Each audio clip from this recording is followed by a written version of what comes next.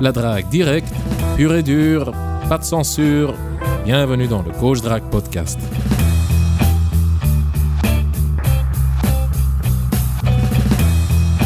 Cher auditeur, dans cet épisode du Coach Drague Podcast, je vais te décrire une semaine complètement folle. Attache ta ceinture et écoute attentivement car tu vas apprendre plein de choses. La chose la plus importante que tu apprendras est que c'est possible. C'est possible d'avoir plein de femmes dans ta vie, plein de fun, plein de sexe, d'avoir de l'abondance et tout ça en tant que mec lambda. Cette semaine folle, la voici. Lundi soir, j'ai un rencard avec une copine, une petite bombe.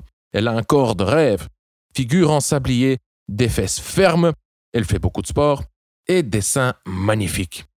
On baise de 23h à 6h du matin avec de petites pauses par-ci par-là pour nous hydrater, lubrifier, changer de musique et changer de capote, etc. On dort quelques heures et rebelote encore une partie de jambes en l'air de midi à 2h de l'après-midi. Malheureusement, je devais partir à 2h. La baise était divine. Je bande quand j'y repense. On continue. Mardi soir, j'ai un rencard avec une autre copine. Je lui avais demandé de réaliser un de mes petits fantasmes. Voici ce que je lui ai dit au téléphone. Tu réserves une chambre d'hôtel. Tu te rends dans la chambre. Tu te déshabilles. Tu prends une douche. Tu éteins la lumière. Tu te couches dans le lit. Et tu laisses la porte entrouverte. Quelques instants plus tard, j'entre dans la chambre, je me déshabille et je te baise, sans rien dire. Bien entendu, tu devras m'envoyer le numéro de la chambre et l'heure du rendez-vous à l'avance. Cher auditeur, qu'est-ce que tu penses de l'idée? Ça a l'air excitant, n'est-ce pas? Malheureusement, l'expérience était décevante. Premièrement, ça faisait quelques mois qu'on ne s'était plus vus. Et bizarrement, c'était comme si nos corps, nos odeurs, nos systèmes immunitaires n'étaient plus compatibles. Ce n'est pas qu'elle puait, ou qu'elle était sale, bien au contraire, elle venait de prendre sa douche. Mais son odeur me déplaisait, ce qui n'était pas le cas avant. La compatibilité olfactive a une fonction évolutionniste. Elle sent bon, signifie que vos systèmes immunitaires sont compatibles et que vous aurez probablement des enfants en bonne santé qui ont une bonne chance de survie. Elle ne sent pas bon, signifie l'inverse. Ce soir-là, nos odeurs n'étaient pas compatibles et par conséquent, l'excitation sexuelle n'était pas au rendez-vous. J'ai débandé à quelques reprises. Deuxième obstacle, normalement, on baise toujours en buvant du rhum cubain, du Havana Club. Mais ce soir-là, on était sobre. Crois-moi, ça joue un rôle. Le troisième obstacle était le pire. Cher auditeur, retiens ça. Quand tu loues une chambre d'hôtel pour y faire des galipettes, vérifie que le lit dans la chambre soit bien un grand lit pour 2 personnes. Un lit en un seul morceau. La réceptionniste lui avait donné une chambre avec un lit jumeau, c'est-à-dire 2 lits contre 1. Et quand tu baises, les matelas glissent et s'écartent et tu te retrouves dans le creux, entre les matelas. Tu dois t'arrêter et te lever toutes les X minutes pour remettre les matelas. Ça casse le rythme de la baise, c'est horrible. Combine ces 3 ingrédients et tu as la recette idéale pour une partie de jambes en l'air merdique. Continuons, mercredi. Mercredi, je me réveille à 11h. Nous sommes toujours dans la chambre d'hôtel. La copine est en train de me caresser les cheveux. Elle est habillée et prête à partir. On se dit au revoir et elle part. J'en profite pour me réveiller tranquillement et pour prendre ma douche. Je quitte la chambre à midi et c'est parti pour une session de drague dans la rue avec un pote dans le centre-ville de Leuven.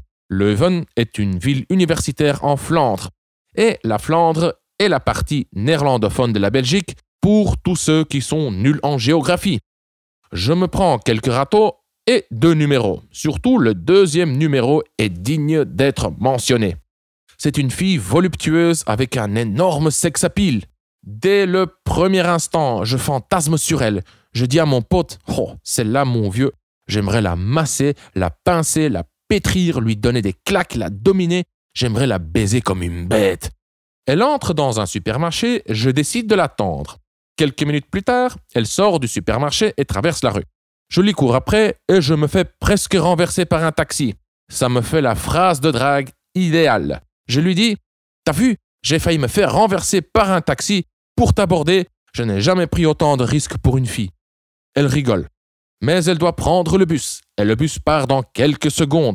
Les 2-3 derniers passagers montent dans le bus. La pression monte.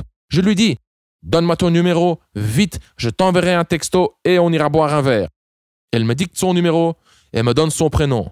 Les portes se ferment, le bus part. Sans entrer dans les détails, je lui envoie un message, elle répond et on fixe un rencard pour dimanche. Continuons jeudi. Jeudi est un jour de repos. Pas tout à fait, car je drague en ligne et j'emballe une blonde. Je lui fais un sex game virtuel d'enfer. Elle est chaude, bouillante. Elle veut me voir le lendemain, vendredi. J'accepte, bien entendu. Continuons vendredi. Vendredi soir, le rendez-vous avec la blonde. Notre rendez-vous a lieu dans mon bar favori. Et bien entendu, j'y applique ma fameuse technique du comptoir. La fille est super intéressée et attirée. Je n'ai plus vraiment besoin de la séduire. Le plus gros du travail a été fait la veille, lors de nos échanges sur WhatsApp. Mais, quand je lui dévoile mon style de vie, que je vois plusieurs femmes en même temps, que j'ai une femme, un gosse, etc., elle se ferme et commence à me lister ses objections, comme quasi toutes les filles. Je ne suis pas comme ça. Je veux mon homme pour moi toute seule. Si tu vas voir ailleurs, c'est que tu n'aimes pas ta femme. Je ne pourrai jamais vivre comme ça, etc. Avant, j'essayais de neutraliser ces objections en les adressant. Mais j'ai arrêté. Je n'adresse plus les objections. Et ça pour plusieurs raisons. Premièrement, en adressant les objections, on n'est plus dans l'émotionnel, mais dans la logique et la raison. On entre dans un débat. Et le débat casse l'ambiance. Deuxièmement, même si mes arguments sont plus solides, les femmes s'accrochent à leurs convictions. Elles ne veulent pas changer d'avis. Elles ne veulent pas être convaincues. Elles veulent être validées et confirmées, surtout s'il s'agit d'amour. Elles préfèrent s'accrocher aux illusions du prince charmant, de l'amour éternel, du vrai amour et de l'âme sœur que d'entendre un discours plus réaliste et plus sain. Encore une fois, en adressant les objections, on entre dans un débat constitué d'une série de « oui mais ceci, oui mais cela » et souvent, leur dernier recours est « oui mais, à chacun son truc, les relations ouvertes, ce n'est pas pour moi ». Et même cet argument-là est facilement refutable. Résultat, je finis quasiment toujours par avoir le dernier mot. J'ai raison, elle a tort, elle est rancunière et l'ambiance est foutue. Cher auditeur, si tu veux la baiser, évite les débats. Troisièmement, j'en ai tout simplement marre d'entendre le même disque en boucle. Donc, j'ai trouvé une meilleure stratégie pour neutraliser ces objections. Quand la fille commence à me lister ses objections, je me lève, je lui prends le visage et je l'embrasse directement. Ça crée un choc qui court-circuite sa raison et qui la catapulte instantanément dans l'émotionnel. Et c'est ce que j'ai fait. Elle me liste ses objections, je me lève et je l'embrasse. Elle m'embrasse en retour et elle embrasse super bien. Quelle créature bizarre, ces femmes, n'est-ce pas? Une seconde auparavant, nous étions en conflit, entre guillemets. Là, nous nous embrassons passionnellement. Sans entrer dans les détails, 1 heure plus tard, nous baisons comme des chiens à l'hôtel. Oui, le même hôtel que celui de mardi, et ce salopard de réceptionniste voulait de nouveau nous filer un lit jumeau. Malgré le sang au mauvais endroit, j'ai eu la clarté d'esprit pour esquiver ces tentatives de sabotage. Et je lui ai demandé une chambre avec un grand lit pour 2 personnes, un lit en un seul morceau. Pour résumer, la baise était divine. Continuons samedi. Samedi soir, c'est le meet and greet. J'organise toutes les 6 semaines un meet and greet à Bruxelles, un meet and greet pour mes lecteurs. Samedi soir, après le meet and greet, nous sortons en groupe avec mes chers lecteurs. Je rencontre une Française de Paris. Nous nous embrassons passionnellement. C'est une histoire intéressante qui contient quelques pépites, mais je ne vais pas te les raconter maintenant. Je vais en faire un podcast à part. Donc, nous nous embrassons et à un moment, ça devient tellement chaud, tellement intense, tellement passionnel que j'aurais probablement pu l'amener à l'hôtel, elle aussi. Mais je me suis dégonflé. Je me suis dit, Consti, t'as déjà niqué 3 gonzesses différentes cette semaine. Ça fait 3 nuits que tu n'as pas dormi à la maison chez ta femme et ton fils. Allez, c'est bon, ça suffit. Le lendemain, dimanche, je l'ai regretté. Je me suis dit que j'aurais quand même dû essayer de la niquer. Continuons. Dimanche soir, j'ai encore 2 rencarts. Un à 18h30 et un à 20h30. Celui de 18h30 ne donne rien. J'avais dragué la fille en ligne une semaine auparavant. Je lui avais balancé mes messages standardisés. Elle a tout de suite mordu à l'hameçon. Elle était moins belle en réalité que sur ses photos et en plus, elle s'habillait comme une grand-mère et elle avait une mauvaise haleine. Contrairement à l'épisode 32 du Coach Drag Podcast, les filles qui sentent mauvais de la bouche, c'est fini, je ne les embrasse plus. Cette fille me voulait. Elle rigolait avec tout et n'importe quoi et elle était d'accord avec tout et n'importe quoi. Moi, je vois plusieurs femmes. Elle, oui, je comprends, c'est normal, tu as tes besoins. Moi, je ne cherche pas de relation sérieuse. Elle, oui, je comprends, il ne faut pas précipiter les choses. C'est marrant d'inverser les rôles et de voir du neediness chez une femme. Après un peu plus d'1 heure, je trouve un prétexte pour me casser. Avant de continuer, cher auditeur, voici 2 astuces pour économiser de l'argent lors de tes premiers rencarts. Première astuce, tu arrives avant la fille et tu commandes ta boisson. Comme ça, quand elle arrive, elle commande et paye la sienne. Simple. Deuxième astuce, souvent, les filles arrivent en retard. Quand elles arrivent en retard, tu les culpabilises un peu. Tu dis en rigolant, « Merci de m'avoir fait attendre. Comment est-ce que tu comptes te faire pardonner ?» Ensuite, quand le serveur apporte les boissons, tu ne fais rien. Tu la regardes. Souvent, elles prennent l'initiative de payer le verre pour se faire pardonner de leur retard. Ok, continuons. Le rendez-vous de 20h30. La fille pulpeuse. Celle pour qui j'ai failli me faire renverser par un taxi. Voici les moments clés du rencard. Premier moment clé, elle me liste ses objections. Je ne suis pas comme ci, je ne suis pas comme ça, les relations ouvertes ne m'intéressent pas, je ne pourrai jamais vivre comme ça, je veux mon mec pour moi toute seule.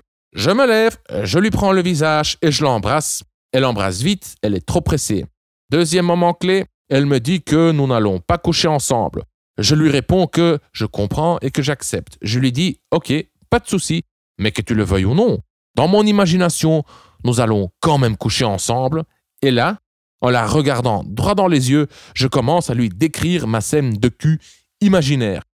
Un malaise s'installe, elle se crispe, se lève, prend ma tête des 2 mains, comme pour m'immobiliser, m'embrasse sur la joue et se casse. Je me retrouve là, comme un con, seul avec ma bière. Cher auditeur, je t'invite également à écouter les épisodes 28 et 29 du Coach Drag Podcast.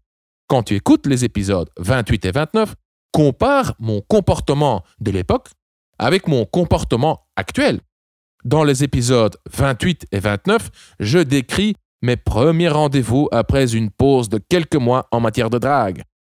Et comment j'ai foiré ces rendez-vous? Alors, quand j'ai repris la drague, lors de mes rencarts, j'étais nerveux, raide, crispé, maladroit, etc. Je n'osais pas faire le pas. Maintenant, c'est l'opposé. J'attaque quand je veux. J'initie le contact physique quand je veux. J'essaye de l'embrasser quand je veux. Je suis calme, confiant, dominant, léger, souriant. Parfois, je suis même un peu trop confiant. Parfois, je dois me retenir. Comme tu as pu l'entendre, il m'arrive encore de foirer mes rendez-vous, mais maintenant, je ne les foire plus parce que je n'ose pas faire le pas. Maintenant, je les foire car je pousse les limites trop loin et trop vite. Pour être franc, ça me procure une petite satisfaction vicieuse. Je préfère foirer mes rencarts en les explosant qu'en chiant dans mon froc. Car, cher auditeur, c'est en prenant de gros risques que tu vivras de folles aventures. Et contrairement à la bourse, avec les femmes, tu n'as pas grand-chose à perdre. Alors, le bilan. En 1 semaine, 3 parties de jambes en l'air avec 3 filles différentes, dont 2 copines et une nouvelle. 1 fille embrassée, rencontrée en soirée, 2 nouveaux rencarts, dont 1 fille embrassée. Pas mal pour un mec de 37 ans avec une femme, un gosse et un business. Comment ai-je réalisé tout ça? C'est simple, en appliquant les conseils que tu trouveras dans mes guides de drague. Plus jamais seul et tu la veux, tu l'auras. Et si tu souhaites développer un style de vie similaire, si tu veux rencontrer régulièrement de nouvelles femmes, si tu veux avoir plusieurs copines simultanément en toute sincérité, Si tu souhaites que je t'explique en détail et que je te montre comment faire, si tu souhaites m'avoir moi, pour toi, tout seul, pour faire l'appel à mes lumières pendant toute une soirée, alors jette un coup d'œil à l'atelier Coup de pied au cul. Tu trouveras les liens vers les guides de drague Plus jamais seul et Tu la veux, tu l'auras, et vers l'atelier Coup de pied au cul en dessous de ce podcast sur le site du Coach Drague Podcast. Mais attention, pour l'atelier Coup de pied au cul, je n'accepte que 6 clients par mois et je n'accepte pas tout le monde. Tu devras d'abord poser ta candidature. Et ce mois-ci, j'ai déjà refusé plusieurs clients. Voilà. Cher auditeur, nous sommes arrivés à la fin de cet épisode. Si tu as aimé, alors abonne-toi au Coach Drague Podcast dans iTunes, via le flux RSS ou par email.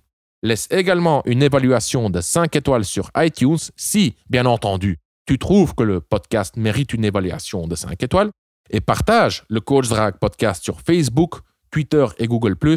Pour t'abonner, pour liker et pour partager le Coach Drague Podcast, il te suffit de te rendre sur le site du Coach Drague Podcast.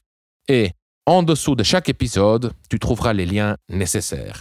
L'adresse du site est coachdrague.com/podcast. Encore une chose, cette semaine folle n'est que le début. Je suis en plein dans une période de débauche totale. Je t'en dirai plus dans les prochains épisodes du Coach Drague Podcast. Je suis Consti de coachdrague.com. Merci d'avoir écouté le Coach Drague Podcast. On se voit dans le prochain épisode. Bonne drague.